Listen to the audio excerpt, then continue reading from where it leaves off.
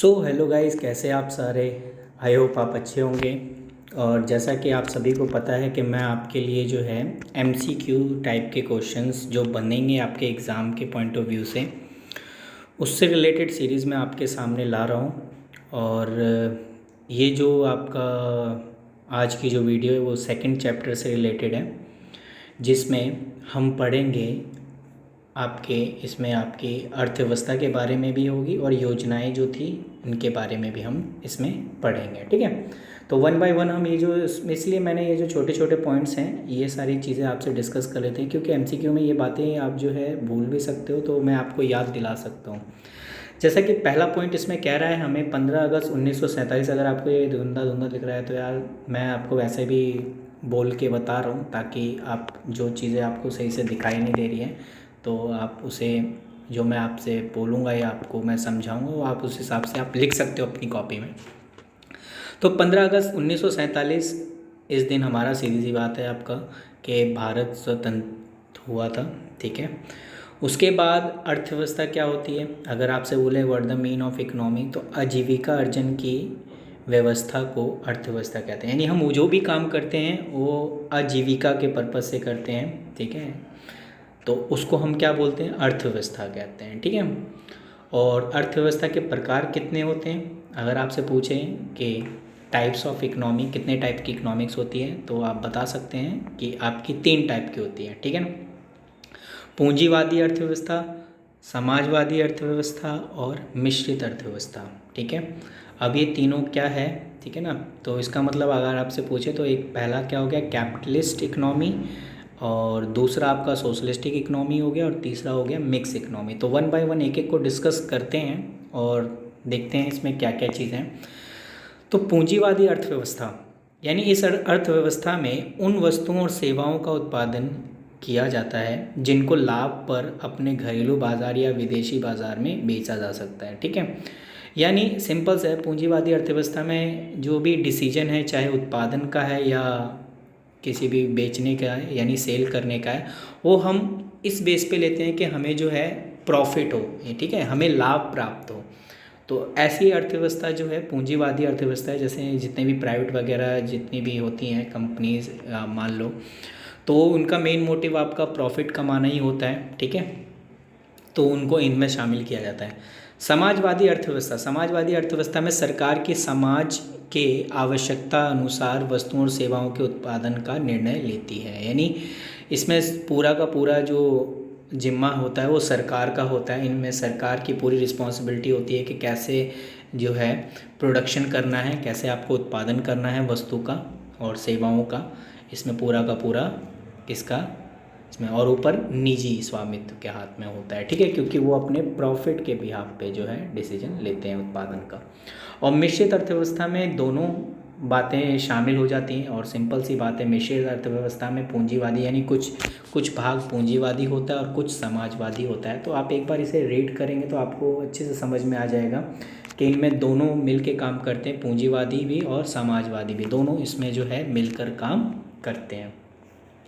भारत की पहली औद्योगिक नीति, अगर मैं बात करूं, भारत की पहली औद्योगिक नीति जो है 1950 में की गई, और इस नीति की घोषणा में भारत में मिश्रित अर्थव्यवस्था की स्थापना की गई। अगर आपको यहाँ पर ये नंबर नहीं दिखाई दे रहा और मेरे को भी ये दिखाई नहीं दे रहा है, तो आप क्या करना, ये इम्पॉर्टेंट क्वेश्चन बनता है कि भारत की पहली औद्योगिक नीति कब शुरू हुई। ठीक है, इंडस्ट्रियल पॉलिसी। तो आप अगर इसे यहाँ नहीं दिख रहा है आपको, तो आप अपनी बुक में इसे, क्योंकि मैंने आपको क्वेश्चन बता दिया है कि क्वेश्चन क्या है, भारत की पहली औद्योगिक नीति। आप चाहिए उस बुक में जो आपके पास पढ़ी है, चाहे आप टी.आर. जैन की बुक पढ़ रहे हो या किसी और राइटर्स की बुक पढ़ रहे हो, तो वहाँ पे आप जाके देख सकते हैं कि औद्योगिक नीति जो है कब शुरू हुई। उसके बाद प्रथम पंचवर्षीय योजना का आरंभ, यानी कह सकते हैं फर्स्ट 5 ईयर प्लान जो है कब हुआ। और ये वेरी इंपॉर्टेंट क्वेश्चन बनता है आपके एग्ज़ाम के पॉइंट ऑफ व्यू से, कि आपसे पूछ सकता है प्रथम पंचवर्षीय योजना का आरंभ कब से कब तक हुआ। तो कब से कब तक तो नहीं, कब हुआ ये मैटर करता है।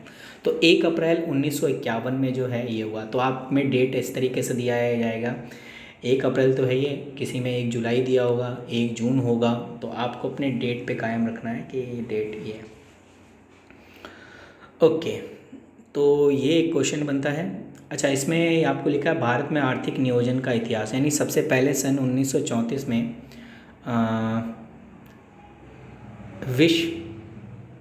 विश्वेश्वरैया ने अपनी एक पुस्तक में योजना की एक रूपरेखा रखी।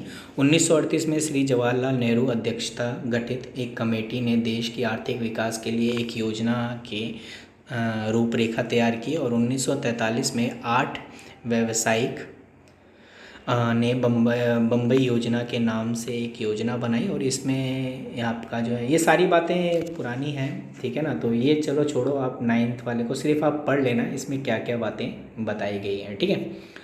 एंड योजना अगला 10 पॉइंट है, जो अगर आप देखो इसमें कह रहा है योजना की दीर्घकालीन उद्देश्य और योजना के अल्पकालीन उद्देश्य में अंतर। तो दीर्घकालीन उद्देश्य जो होते हैं वो भिन्न भिन्न योजनाओं में एक जैसे होते हैं, वह परिवर्तित होते हैं, और इसके विपरीत अल्पकालीन उद्देश्य भिन्न भिन्न होते हैं। तो कोई बात नहीं, अभी हम नीचे पढ़ेंगे कि कौन से अल्पकालीन उद्देश्य होते हैं, कौन से दीर्घकालीन उद्देश्य होते हैं। तो आप भी अपनी बुक में जो है ये ज़रूर देखना कि कौन सी योजनाएं जो हैं वो दीर्घकालीन उद्देश्य में शामिल होती हैं और कौन सी अल्पकालीन उद्देश्य में शामिल होती हैं। योजना आयोग की स्थापना, वेरी इंपॉर्टेंट क्वेश्चन बनता है कि प्लानिंग कमीशन कब बनाया गया, ठीक है ना, यानी सेटिंग अप प्लानिंग कमीशन। तो 1950 में जो है प्लानिंग कमीशन बनाया गया, और योजना आयोग के प्रथम अध्यक्ष कौन थे, तो हमें पता है the first chairman of planning commission is Pandit Jawaharlal Nehru, ठीक है। दीर्घकालीन योजना का आधार, अब आते हैं 14 पॉइंट जो कि आपका इम्पॉर्टेंट है कि दीर्घकालीन योजना का आधार क्या था। तो दीर्घकालीन योजना का आधार पंचवर्षीय योजना है, जिसमें हमें आर्थिक समृद्धि इकोनॉमिक ग्रोथ पे हमें ध्यान देना था, आधुनिकीकरण करना था। आपको पता है कि हमारी टेक्निक कितनी पिछड़ी थी, उनको सही करने के लिए हमें आधुनिकीकरण का इस्तेमाल करना था। तीसरा है आत्मनिर्भरता, ठीक है, हमें जो है ज़्यादा से ज़्यादा खुद पे जो है आत्मनिर्भर बनना पड़ेगा प्रोडक्शन के मामले में, यानी जो सामान हम विदेशों से मंगाते हैं, आयात करते हैं, तो पॉसिबिलिटी यही रहेगी कि हम कम से कम जो है विदेशों से सामान मंगाएं, और हो सके तो हम यहीं पे उसका उत्पादन करें अगर पॉसिबल होता है तो, ठीक है ना। और चौथा है न्याय। तो इन चीज़ों पे जो है मेन फोकस किया गया पंचवर्षीय योजना का। तो आपसे पूछ सकता है पंचवर्षीय योजना के उद्देश्य क्या थे, तो ये आपके आर्थिक समृद्धि इकोनॉमिक ग्रोथ, यानी सकल घरेलू उत्पाद में वृद्धि को आर्थिक समृद्धि कहते हैं। अगर आपका सकल घरेलू उत्पाद, जिसे हम शॉर्ट फॉर्म में जीडीपी बोलते हैं, अगर इसमें वृद्धि हो रही है तो हम मानेंगे कि आपका जो है आर्थिक समृद्धि यानी इकोनॉमिक ग्रोथ जो है वो धीरे धीरे बढ़ रहा है। जैसे अभी आप देखा होगा कि कोरोना के टाइम में जो है आपकी जीडीपी माइनस में आ गई, तो उसका मतलब आपका इकोनॉमिक ग्रोथ जो है वो डाउन हो रहा है, और जैसे जैसे ये जीडीपी बढ़ता जाएगा तो हम कहेंगे कि इकोनॉमिक ग्रोथ जो है आपका बढ़ रहा है। तो अगर आपसे पूछे कि आर्थिक समृद्धि के यानी इकोनॉमिक ग्रोथ को हम कैसे पहचान सकते हैं, तो सिंपल सी बात है, अगर सकल घरेलू उत्पाद में वृद्धि होगी तो समझ जाएंगे कि हम जो है ये आर्थिक समृद्धि कर रहे हैं। यह वस्तु तथा सेवाओं के उत्पादन में देश की क्षमता में वृद्धि को दर्शाती है। उसके बाद आधुनिकीकरण की बात करें तो आधुनिकीकरण में यानी इसका अभिप्राय जो है उत्पाद में नई तकनीक का प्रयोग तथा लोगों की दृष्टिकोण में परिवर्तन से है। जैसे उत्पादन में आधुनिक तकनीक का प्रयोग करना, महिलाओं के प्रति दृष्टिकोण में परिवर्तन, और उन्हें समान अधिकार देना, उनकी योग्यता और निपुणता का बैंकों कारखाने, इन सारी चीज़ों में ये आधुनिकीकरण में आता है, ठीक है ना, यानी मॉडर्नाइजेशन बनने की कोशिश कर रहे हैं। उसके बाद 18 जो पॉइंट है वो कह रहा है कि चौथी योजना को लागू करने के मुख्य कारण क्या थे, यानी चौथी योजना को हमने क्यों लागू किया। तो कुछ वजह होगी, सिर्फ चौथी का ही नाम यहाँ पर क्यों लिखा हुआ है, कोई बात नहीं, देखते हैं क्या क्या पॉइंट्स है इसमें। कि 1965 में जो है पाकिस्तान के साथ युद्ध हुआ, ठीक है। दूसरा तो यानी कि क्या कारण थे जो चौथी योजना को लागू ना करने के, यानी चौथी योजना लागू नहीं की गई थी उस टाइम। तो आपको पता होगा कि पंचवर्षीय योजना 5 साल के लिए होती है, तो जब 1965 में लागू करना तो उस समय जो है पाकिस्तान से युद्ध चल रहा था, और 1965 तथा 1966 में कृषि के बुरे वर्ष थे, ठीक है। कह सकते हैं कि हमारी जो कृषि थी वो कह सकते हैं गतिहीन टाइप की थी, जिस वजह से यहाँ पर ये कह रहा है। तो ये कुछ पॉइंट्स आपके नीचे दिए हुए हैं कि विदेशी विनिमय के संकल्प के कारण रुपए का अवमूल्यन, वही आपकी जो मुद्राएं हैं वो डिक्रीज़ हो रही थी डॉलर के मुकाबले, और सामान्य कीमत स्तर में भी वृद्धि हो रही थी, जैसे कि आज के टाइम में भी कीमत में जो है वृद्धि हो रही है, और योजना के लिए उपलब्ध साधनों का अभाव। तो हमारे पास जो योजनाएं थी उनके लागू करने के लिए हमारे पास अब पर्याप्त मात्रा में वो सारे साधन उपलब्ध नहीं थे, ठीक है, यानी लैक ऑफ रिसोर्सेस की कमी थी, जिसकी वजह से आपका जो है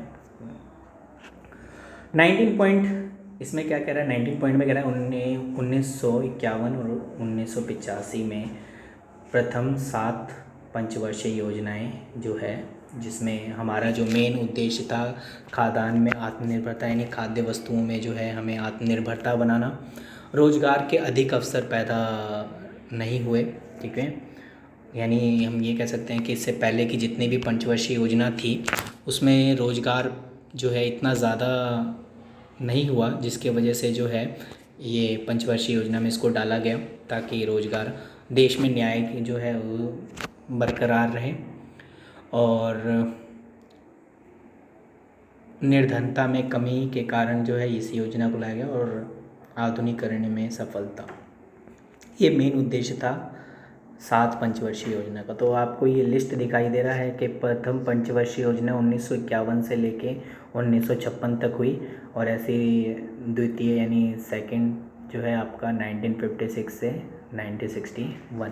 तो ऐसे ही आपका लास्ट है आपका 8 जो पंचवर्षीय योजना है, 7वीं पंचवर्षीय योजना, वो 1985 से 1990 तक गई, यानी 31 मार्च 1990 तक। ओके, अगर आप देखोगे कि राष्ट्रीय आय में प्रतिशत वृद्धि, वैसे ही कोई कितना खास इम्पोर्टेंट नहीं है, लेकिन मैं आपको समझा रहा हूँ कि हमारी जो राष्ट्रीय आय यानी हमारी नेशनल इनकम है उसमें हमारा जो है वृद्धि किस टाइप से हुआ। अगर हम फर्स्ट प्लानिंग करें तो उस समय 3.7 था फर्स्ट प्लान में, और जब हमने थर्ड प्लान बनाया तो उस समय हमारा जो राष्ट्रीय आय था वो 3.3 था, ठीक है, और वजह आपको पता ही है, उस समय वॉर चल रहा था, तो ये भी एक सिचुएशन हो सकती है। फिर उसके बाद जैसे हमने फिफ्थ प्लान बनाया तो उस समय हमारी राष्ट्रीय आय में जो है 5% जो है वृद्धि हुई, और 7th में 5.7, ठीक है। तो इस तरीके से जो है ये नीचे दिया हुआ है कि कैसे कैसे जो है वृद्धि हुआ। खैर आपको इतनी बातें याद नहीं, सिर्फ आपको ये कुछ इंपॉर्टेंट्स पॉइंट थे जो आपको याद रखने थे, और मुझे पता है आप सबको ये चीज़ें आती भी होंगी पहले से भी, और अगर नहीं आती तो आपके लिए प्लस पॉइंट है कि आप जो है इसे सीख रहे हो। तो ये सेकंड चैप्टर में जो इम्पोर्टेंट जितनी थी, खैर जिसको आपने भी बुक में पढ़ा होगा और कुछ नहीं पढ़ा है तो उसको मैंने यहाँ पर शो कर दिया है ताकि आप इसे आसानी से समझ सकते हैं, ठीक है। तो आज की क्लास यहीं ख़त्म होती है, और अगर आपको ये चीज़ अच्छी लगी है तो अपने दोस्तों में ज़रूर शेयर करें ताकि उनको भी जो है हेल्प हो जाए, ठीक है। तो मिलते हैं आपसे अगली क्लास में, बाय।